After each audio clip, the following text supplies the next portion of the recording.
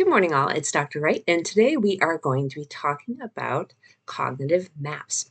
Cognitive maps are mental pictures or representations of the physical environment.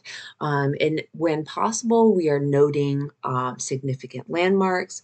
And typically, our cognitive maps inside of our brain, they're not perfect replicas of what we see in the world.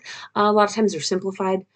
Sometimes they can contain distortion, so we may remember things that weren't there as things that are actually there. And remember, our cognitive maps are only going to work if people haven't moved stuff, right? The hippocampus is the part of the brain that's going to play a role in creating and maintaining those cognitive maps. So a couple of examples of cognitive maps would be like being able to walk around your house in the dark. As I said, as long as people haven't moved stuff, then you're able to navigate without light because you know where things are and where things aren't, and where to take a corner and things like that. And we can especially recognize this when we move into a new place, because then there will be challenges in terms of figuring out, learning that new cognitive map. Another example of a cognitive map would be when you go to the grocery store. If you've been to the grocery store so many times and the grocery store layout, you remember where all of the things are, that's a cognitive map. You have a map in your head of where each thing is. And maybe this is why people get so frustrated or maybe even angry when the store gets rearranged in between times that they're being there. Um, so another example would be if we go to a particular strip mall often, and we know that there's a Michael's and a Barnes and Noble, and then Old Navy, and then Sephora. If one of those stores moved, then we might have challenges remembering, where it was or what was there because um, we thought, or if I'm sorry, if a new store moves into it, we might have trouble remembering that the new store is there because that was where Sephora used to be.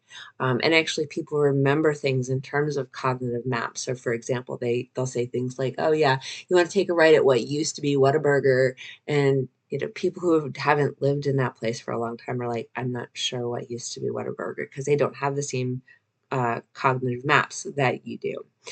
So, the concept of cognitive maps was first introduced by Edward Pullman in the 1930s. He actually observed rats in mazes, and that he saw that the mats. I'm going to start over again. This is not a good morning. He saw that the rats started to develop cognitive maps of the inside of the maze. They knew where to find the food. They knew where the incorrect exits were, things like that, and that allowed them to find their way, even if a familiar pattern was blocked. So this challenged the behaviorist view that learning was solely based on a sort of stimulus response association. And these mice displayed what's called latent learning, which is a form of learning that's hidden or it's not shown in behavior until it is necessary to be used or until it is reinforced.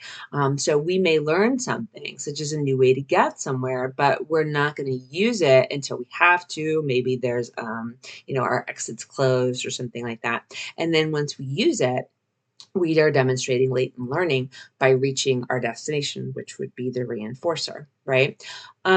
We can use cognitive maps and the method of loci in order to remember new things. Method of loci is a mnemonic device that we apply new learning to a cognitive map to remember the new items. So we take a cognitive map and we apply new things, such as new terms, to the things on the map.